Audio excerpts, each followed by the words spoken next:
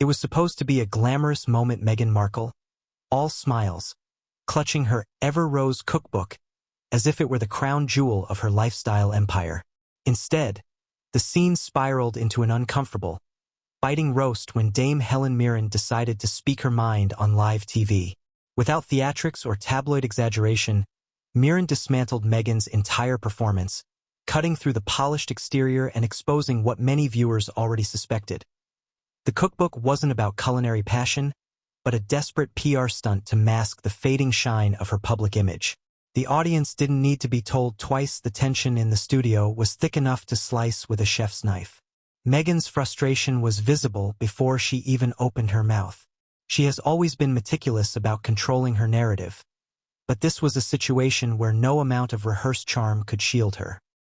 Helen Mirren's remarks were surgical, pointing out the absurdity of using a high-profile talk show appearance to peddle a cookbook dressed up as a cultural movement. Instead of applause, there were raised eyebrows. Instead of admiration, there was visible skepticism. It was clear that Ever Rose wasn't landing as the triumphant launch Meghan had imagined, but as a hollow vanity project. The problem wasn't just Helen Mirren's words, it was the brutal accuracy behind them. Meghan has a history of attaching herself to projects that feel less like genuine endeavors and more like personal brand exercises. From television to philanthropy, her ventures are often rolled out with heavy fanfare but thin substance. The cookbook was no different. Staged photography, exaggerated anecdotes, and a narrative carefully tailored to sell a polished, inspirational persona. Mirren's roast hit home because it wasn't petty, it was simply pointing out what was already painfully obvious. What made the exchange even more devastating for Meghan was the contrast in credibility.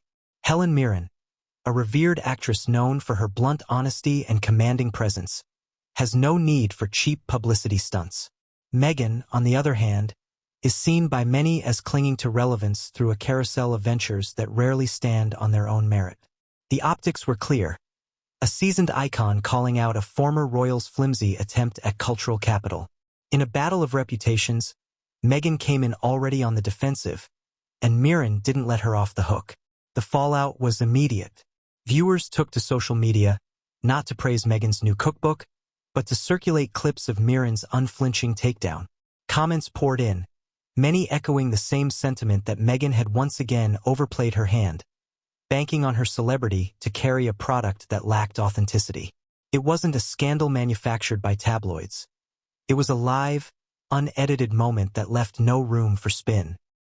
For someone as image-conscious as Meghan, the sting was more than just professional embarrassment, it was a public unmasking.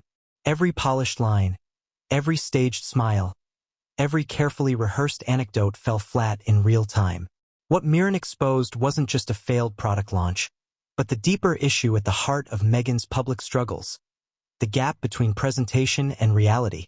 And for a figure who thrives on controlling that gap, having it shattered on a major platform is a blow that even the best PR team can't easily fix. In the end, Meghan left the set not with the glow of a successful promotion, but with the unmistakable air of someone who had been outplayed. Helen Mirren's roast didn't just undermine the cookbook, it punctured the entire carefully curated image Meghan had tried to project. And while Ever Rose might still find its way onto a few kitchen shelves, the memory most people will take away from that day isn't the recipes, it's the look on Meghan's face as the illusion slipped away under the weight of one woman's honest words. That look, a mix of forced composure and visible irritation, became the defining image of the entire appearance. Cameras caught every micro-expression. The tightening jaw, the fleeting glare, the almost imperceptible exhale that betrayed her frustration. It was the kind of unscripted moment that no media strategist can rehearse away. The contrast between Meghan's carefully cultivated poise and the raw, unfiltered reaction told the audience everything they needed to know without a single word being spoken. Helen Mirren, unfazed, carried on with the grace and confidence of someone who has nothing to lose by speaking the truth. She didn't need to shout or exaggerate. Her calm, measured delivery made the critique land even harder. And the truth was undeniable. The cookbook launch wasn't a moment of cultural significance. It was a sales pitch dressed in borrowed gravitas. For Meghan, the sting will linger far longer than the news cycle. Once an image slips in the public eye, it rarely regains its original shine.